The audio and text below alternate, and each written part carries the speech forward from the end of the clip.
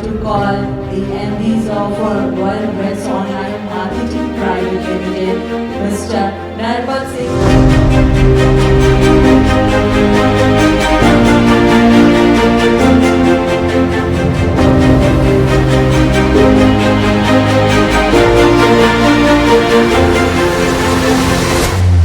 बहुत बहुत स्वागत है आपका one of a kind talk show fame show में। Thank you so much. Sir, पहला क्वेश्चन ये है कि डायरेक्ट सेलिंग को सोशल एक्सेप्टेंस या सामाजिक मान्यता कब मिलेगी आपके हिसाब से? डायरेक्ट सेलिंग को सोशल एक्सेप्टेंस कब मिलेगी, एक बहुत ही अच्छा सवाल है, क्योंकि आज मार्केट के अंदर सबसे बड़ा जो डायरेक्ट सेलर के लिए चैलेंज है ना, वो सोशल एक्सेप्टेंस का ही है।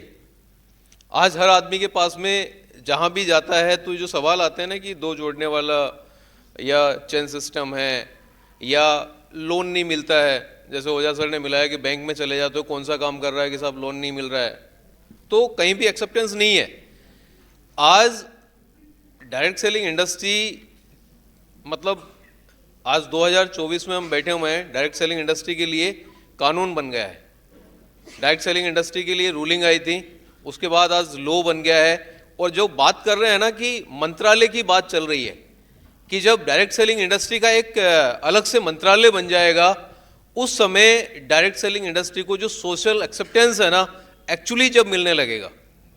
क्योंकि जब लीगल एक्सेप्टेंस मिलने लग जाएगा तो ना आपको बैंक लोन देने से मना करेगा, और फिर ये जो कहने वाले हैं ना चेन सिस्टम या दो जोड़ने वाला है, इनको तो कोई सुनेगा भी नहीं। वो खुद हमारी सुनेंगे, वो खुद हमारी सुनने लग जाएंगे। तो और ये सबसे बड़ी चीज क्या है कि आज हम मंत्रालय बनाने की बात कर रहे हैं या हम मंत्रालय बनाने की लड़ाई लड़ रहे हैं, तो ये कैसे होगा? गवर्नमेंट किसी भी मंत्रालय को ऐसे ही नहीं बना देती है। मंत्रालय बनाने के लिए हमारे पास में डायरेक्ट सेलिंग इंडस्ट्री का एक बहुत बड़ा टर्नओवर चाहिए, और ये टर्नओवर जब होगा कि जब डायरेक्ट सेलिंग इंडस्ट्री के हम सब लोग मिलके एक साथ संगठित होंगे। और आज जिस प्लेटफॉर्म के ऊपर यहाँ पे हम बैठे हुए हैं, डीएसएन, डायरेक्ट सेलिंग नाउ, ये जो प्लेटफॉर्म, मैं थैंक्स बोलना चाहूँगा राहुल जी को और यामिनी मैडम को। ये प्लेटफॉर्म है ना, ये डायरेक्ट सेलिंग इंडस्ट्री को आज रिकॉग्नाइज कर रहा है। हम सबको रिकॉग्नाइज नहीं कर रहा है, कोई रिवॉर्ड शो नहीं चल रहा है, ये डायरेक्ट सेलिंग इंडस्ट्री को रिकॉग्नाइज कर रहा है। गवर्नमेंट को मंत्रालय बनाने के लिए जानना पड़ेगा कि हाँ, डायरेक्ट सेलिंग इंडस्ट्री संगठित है और यहाँ पे एक बहुत बड़ा टर्नओवर हो रहा है। क्योंकि आज जितने भी लोग यहाँ पे बैठे हुए हैं ना, भले ही वो कितना भी कम लेके जाएं, लेकिन एक डायरेक्ट सेलिंग की या सब कंपनी की एक यूनाइटेड सोच छोटी सी भी लेके जरूर जाएंगे, ये पक्की बात है।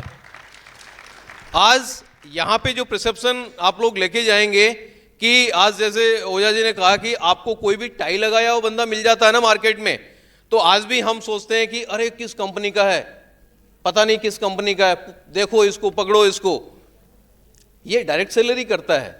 लेकिन इन्होंने जो बात कही ना कि कोई टाई लगाया हुआ हमारी बिरादरी का मिल जाए ना, तो उसको पहले रसगुल्ला खिलाना चाहिए।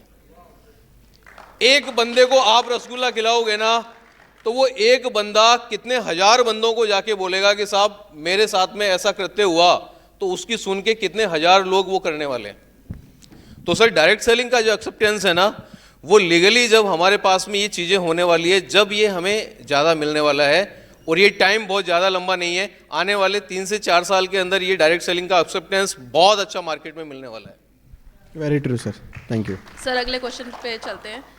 मार्केट में होता है कि जो डायरेक्ट सेलिंग के प्रोडक्ट्स हैं वो ज़्यादा एक्सपेंसिव हैं, तो उनके रेट्स ज़्यादा बढ़ा चढ़ा कर हैं, तो इस चीज़ को आप कैसे जस्टिफाई करेंगे कि उनके रेट्स ज़्यादा क्यों होते हैं? बहुत ही शानदार सवाल है। हर आदमी, कल मैं आ रहा था तो मेरे साथ में फ्लाइट में एक बंदा बैठा हुआ था, एमएनसी में काम कर रहा था, तो वो मेरे को बहुत सारी बातें बता। एमएनसी में काम करता था और शेयर ट्रेडर भी था और म्यूजिशियन भी था। वो कल कोई इवेंट करने आया था लखनऊ में। तो बातें चलते चलते लास्ट में बात यही पहुंच गई कि आप क्या करते हैं। तो मैंने बताया कि I am so and so, I am medical side retired and I am doing direct selling industry. तो हर बंदा तो डायरेक्ट सेलर से मिला होता है, उसका भी यही सवाल था कि सर डायरेक्ट सेलिंग इंडस्ट्री के प्रोडक्ट बहुत महंगे होते हैं। और ये बात हम सबके सामने मार्केट में बहुत ज़्यादा आती है, क्योंकि हम काम, कोई भी आदमी जिसके साथ में आप जाते हो कि प्रोडक्ट बहुत महंगे हैं। लेकिन दोस्तों एक चीज़ आपको मैं बताना चाहूँगा कि डायरेक्ट सेलिंग इंडस्ट्री की जो क्वालिटी है प्रोडक्ट्स की, वो जो ट्रेडिशनल मार्केट्स हैं वो बहुत ऊपर है। आज ट्रेडिशनल मार्केट में जिस स्टोर पे आप सामान लेने जाते हैं, उस स्टोर वाले को सिर्फ इस बात से मतलब है कि उसको उस सामान में कौन सा कमीशन किस में ज़्यादा आना है, वो आपको सेल करने वाला है। लेकिन आज हमारे डायरेक्ट सेलर जिस किसी के भी पास में जाता है ना, वो उसका डायरेक्टली नोन है। वो प्रोडक्ट नहीं बेच रहा है, उससे पहले उसका फेस बिकता है वहाँ पे। और आज हमारा डायरेक्ट सेलर किसी के भी पास में जाता है, या तो वो किसी परिवार का है, या अपने दोस्त है, या किसी दोस्त का दोस्त है, यस और नो। और वो बंदा उसको आज झूठ नहीं बेच सकता है। वो बंदा आज उसको, आज मेरे को कोई रिजल्ट आया है तो मैं अपने परिवार के किसी बंदे को वो प्रोडक्ट दूंगा कि नहीं दूंगा। लेकिन जो मार्केट में स्टोर खोल के बैठे हुए हैं ना, इनको इस बात से कोई मतलब नहीं है कि आज जो व्यक्ति प्रोडक्ट मुझसे लेके जा रहा है वो उसको रिजल्ट देगा कि नहीं देगा। तो जाहिर सी बात है सर, मार्केट में भी महंगे प्रोडक्ट हैं। जो अच्छे प्रोडक्ट आज भी ट्रेडिशनल मार्केट में है ना, वो भी बहुत महंगे हैं। ट्रेडिशनल मार्केट में क्या महंगे प्रोडक्ट नहीं है क्या? बहुत सारे महंगे प्रोडक्ट हैं। तो आज डायरेक्ट सेलिंग इंडस्ट्री के जो प्रोडक्ट्स हैं ना, जिस क्वालिटी के हिसाब से आ रहे हैं, जिस क्वालिटी को हम दे रहे हैं ना, वो उनकी जो वैल्यू है वो जस्टिफाई करती है। वो महंगे नहीं है, महंगी सिर्फ सोच है। प्रोडक्ट महंगे नहीं है, प्रोडक्ट क्वालिटी वाले हैं। Thank you sir. सर, एक कंपनी ओनर की क्या रिस्पॉन्सिबिलिटी रहती है एक कस्टमर, डिस्ट्रीब्यूटर और इंडस्ट्री के प्रति? क्या होनी चाहिए? कस्टमर, डिस्ट्रीब्यूटर और इंडस्ट्री तीनों। कंपनी ओनर की कस्टमर, डिस्ट्रीब्यूटर और इंडस्ट्री तीनों के लिए, क्यों कंपनी ओनर तो तीनों के साथ में एक साथ हो जाता है।